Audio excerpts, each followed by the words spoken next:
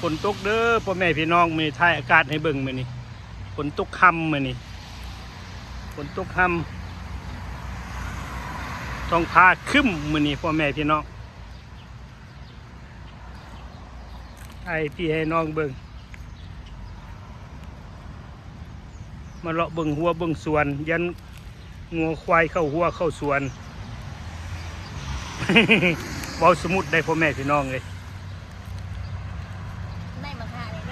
คิดฮอดบ้านเกิดเมืองนอนก็เว้าไปซื่อๆ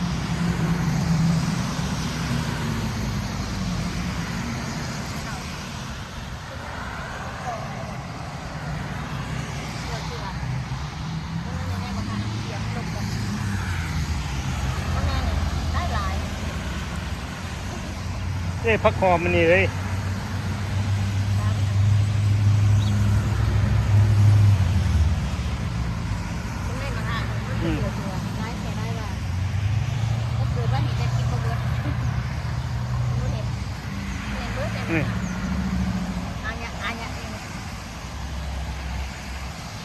ฝนตกค่ำพ่อแม่พี่น้องฝนตกลิ้นว่าซั่นซะ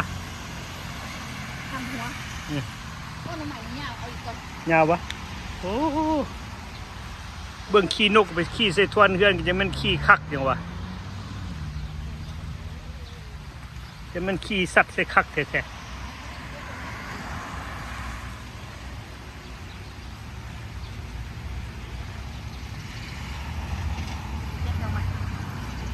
วัดไงจะไปกลัวแกอันนั้นมาได้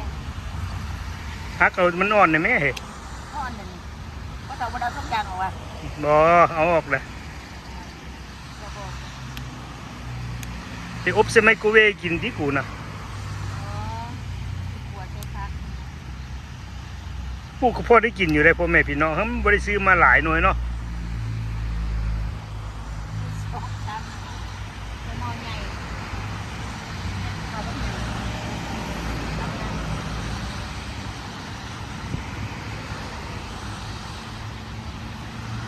ไปเอาแป้งนี่ออกแล้ววะแป้งนี่ปูกลัวได้ช่องคุณจะไม่ติดปูแป้งอ้าวมันยังมาเสียเลยเว้ยนกแล้วมันมีน้ำเลย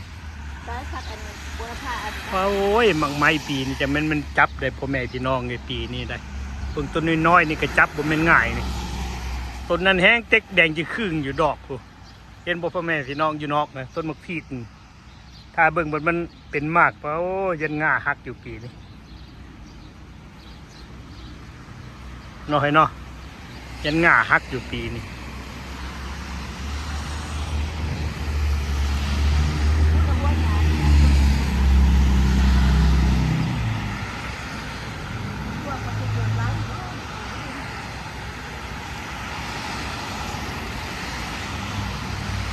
คนโต๊ะไรเขาไหมก็ไว้ละคนโต๊ะไรมากไม้กัดฝนตกค่ำ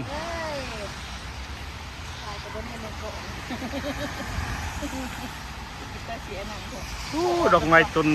ออกกันต้นนี้ได้มาทั่วคนออกแล้ววะฮัน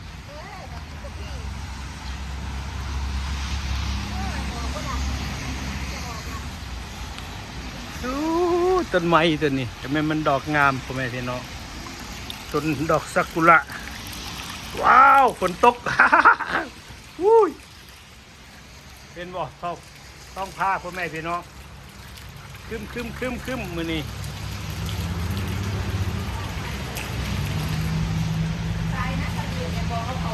โน้ยาวเข้ามาบอกเข้ามันถึงฝนได้ไปมันตายเช้าหลังตรงน้ำสึกเนียนเลยพ่อแม่พี่น้องน้ำกับนี่โมเดลจอดมัน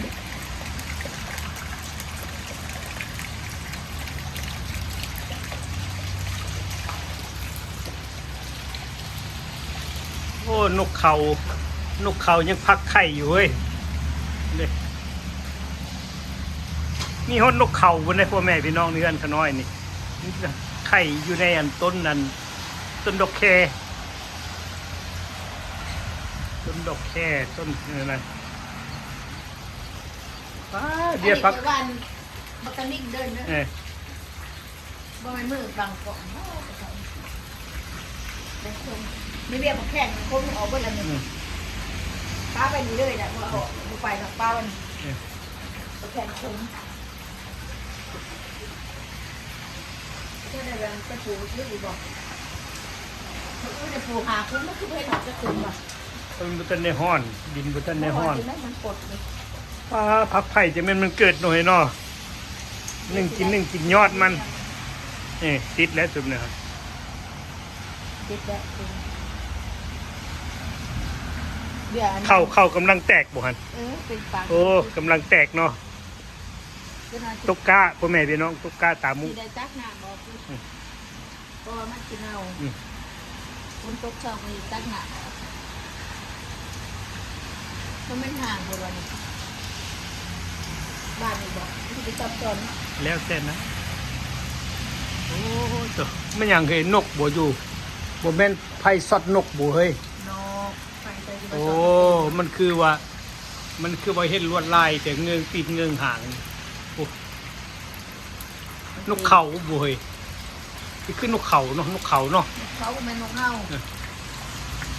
นก เอ้ยนกเขาต้องเอาใส่จา อันนี้คอยว่าจะเอาเบียร์ดอกก็เป็นมะกรูดบ้าน ลงคอนไปอยู่แห่งใด ดอกเรื่องมะกรูด อันนี้ต้นเครือข้าวห่อเด้อพ่อแม่พี่น้องนี่ปลูกเสยทางยังบ่ทันขยายพันธุ์เนาะ เดี๋ยวมันจะตายไปจาก เบิ่งนกนกมาบ่ย่านฮอดคนเลยนกอยู่เมืองนอกนี่เผื่อมีข้าวจี้เอามาให้มันกินนี่จับบนมือพุ่น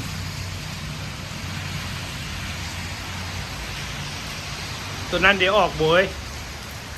ฮะ บ่มาแซ่เส้นน้ำปุ่นมันแตกนะ บ่จะเอาไว้นั่นเอาผ่าคนนี่น้องผ่าแล้วก็จะเป็นลม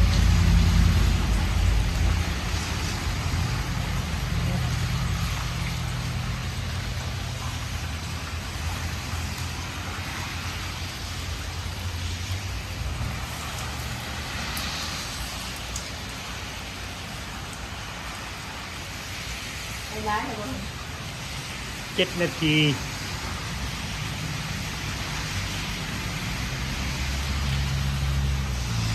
พักบกมันเลย เทมมาเจอก็โอ้มื้อนี้60ปุ่นได้พ่อแม่พี่น้อง ความร้อนนะมันบ่หนาวอะนะนี่เทมไปเจอเป็น30นี่ร้อนหนาว